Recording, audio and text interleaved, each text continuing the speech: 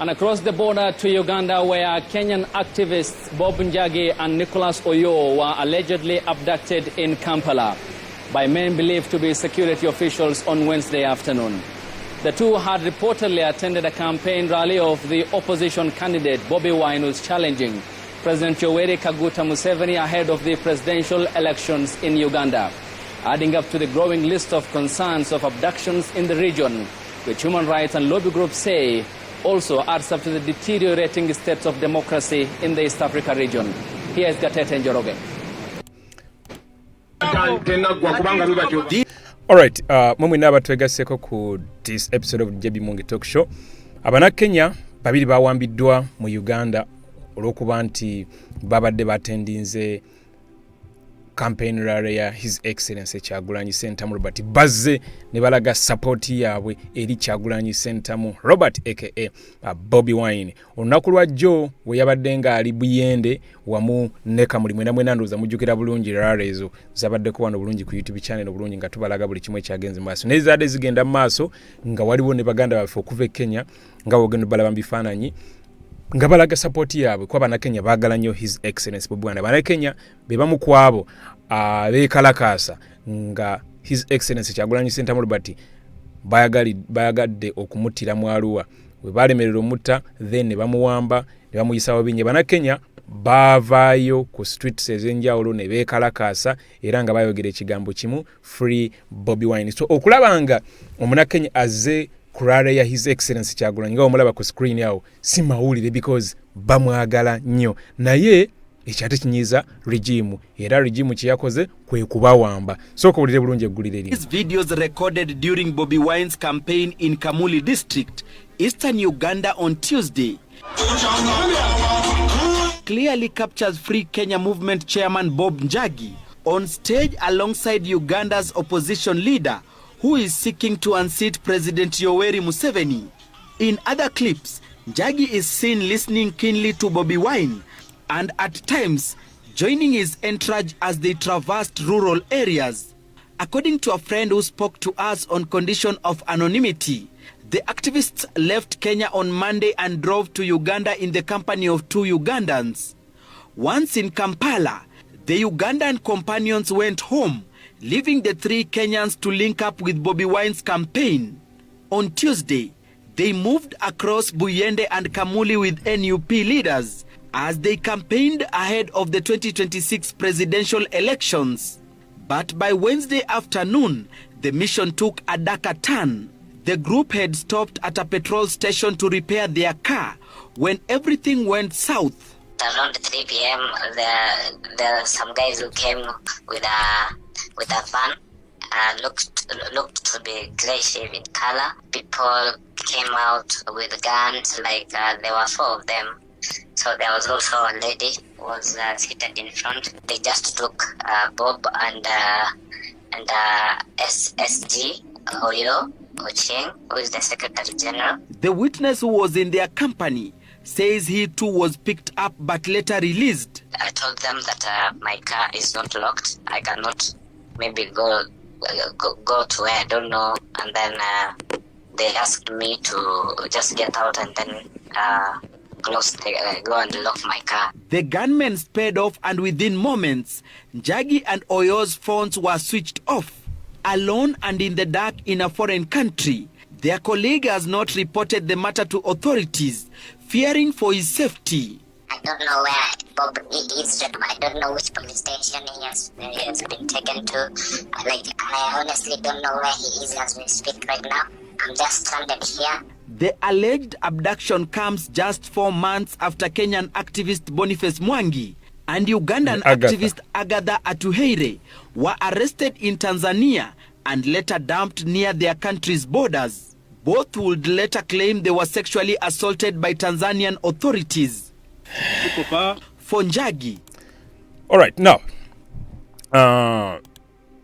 betwogerako bibano. His Excellency Kyagulanyi actually avuddeyo n'ateekayo n'obubaka era n'avumirira nnyo ekikolwa kino obubaka obwo mbukutereddekaawo obwe buscrollinga ku screen awo wansi naye nga beebano bawambiddwa olidde bulungi wano ng'omu ku bo aline His Excellency Kyagulanyi Ssentamu Robert omulengera bulungi kaakati babaawo nga bali ku campaign rally era ne bereti zaabwe oziraba za njawulo si ze zino ezaffe they are just standing in solidarity with His Excellency Kyagulanyi Ssentamu Robert zizo za Kenya like tebekwese nti oba bajjenga bayina engeri gye bekwese nedda bazze okulaga obwagizi bwabwe mu lwatu nga tebayina yadde musango nagumu gwe bamenye because this is East Africa. Now amawulire ago galaze bulungi nti nno bwe bagenze ku petrol station okubeera nga batereze motoka yaabwe bana abatuwamba bwe bajjidde ne babasalako ng'era bakikola nga bawamba baganda baffe ba Machete ba Achirewo Kivumbi ba Bobi Yanga ba Eddie Mutwe and all that kind of a thing. The same kye bakoze ne ku baganda baffe bano okuva e Kenya. His Excellency Kyagulanyi of course avuddeyo n'avumirira ekikolwa kino era n'asaba Abannakenya bano bateebwe mu bunnambiro. Actually kansooke nkuleetere ku message ye bulungi nnyonyo obeerenga nayo ogifuna bulungi olabe His Excellency ye ensonga eno ajogeddeko ki. Bob Njagi on stage alongside Uganda's opposition leader who is seeking to unseat President Yoweri Museveni. In other clips, Njagi is seen listening keenly to Bobi Wine and at times joining his entourage as they traversed rural areas. According to a friend who spoke to us on condition of anonymity, the activists left Kenya on Monday and drove to Uganda in the company of 2 Ugandans. Once in Kampala, the Ugandan companions went home, leaving the 3 Kenyans to link up with Bobi Wine's campaign. There we go. Now, His Excellency, of course, avuddeyo n'avumirira ekikolwa kino ataddeyo obubaka ku mitimbagano ku platforms ez'enjawulo naye on this specific platform ku Facebook agambye nti we strongly condemn. I'm very sure you following very well. Let me try to see if the screen can be extended so that you also follow along as I read for you. We strongly condemn the abduction by armed operatives of Kenyan activists and human rights defenders Bob Njagi and Nicholas Oyoo. The 2 were picked up mafia style this afternoon from a petrol station in Ichileka and driven off to an unknown destination. We condemn the continuing lawlessness by the Rogue regime and demand that these brothers are released unconditionally. The criminal regime apparently abducted them simply for associating with me and expressing solidarity with our cause. Free Bob Njagi, free Nicholas Oyoo, free Uganda. Atachingako n'ebifaananyi byabwe nga w'obirabaawo. Yeyo n'ensi gye tuwangaaliramu nti Museveni ajjeyo n'agombuto okukola buli kimu ekisoboka okulaba nti yeekuumira mu ntebe eyo. Amanyi obukambwe banda Kenya kyemanyi bakoze ekikolwa kino because bamanyi Abannakenya how solid they are. Bamanyi Abannakenya they are no nonsense. Nekati nsooka neneebuuza Museveni aba atya ki?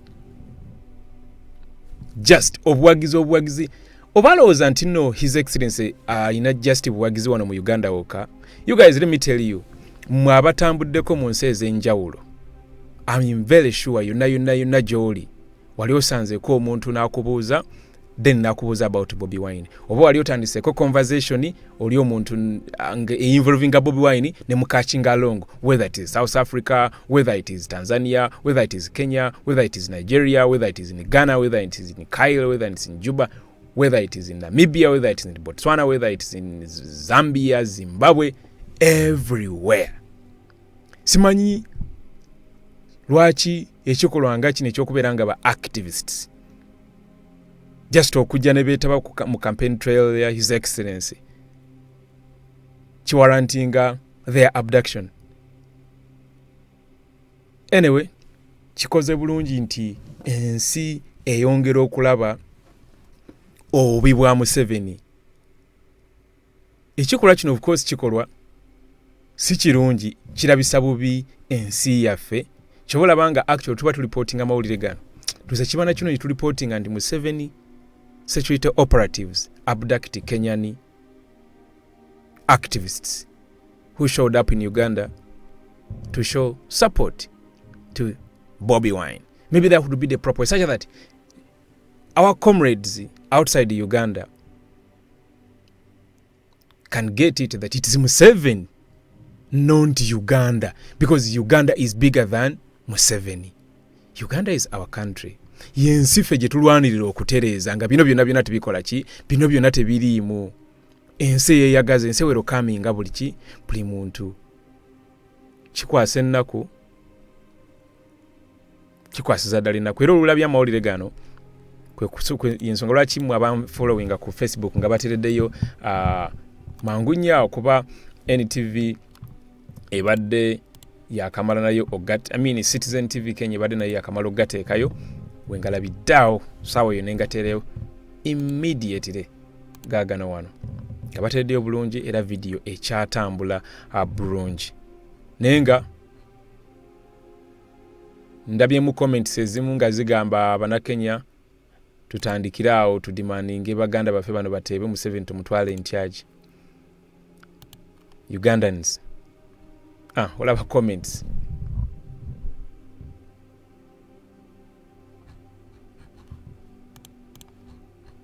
Yeah, here. Kenya, let's start from here. Get in to Uganda and spark it. Kenyans, let us join the hands. But how were they identified? No, like someone here is asking how were they identified? Because they have got no reason to hide. Like, bazze bulungi ranga obala mu bereti zaabwe. Kuba si musango. His Excellency Kyagulanyi agenze n'awagira Bobi Wine.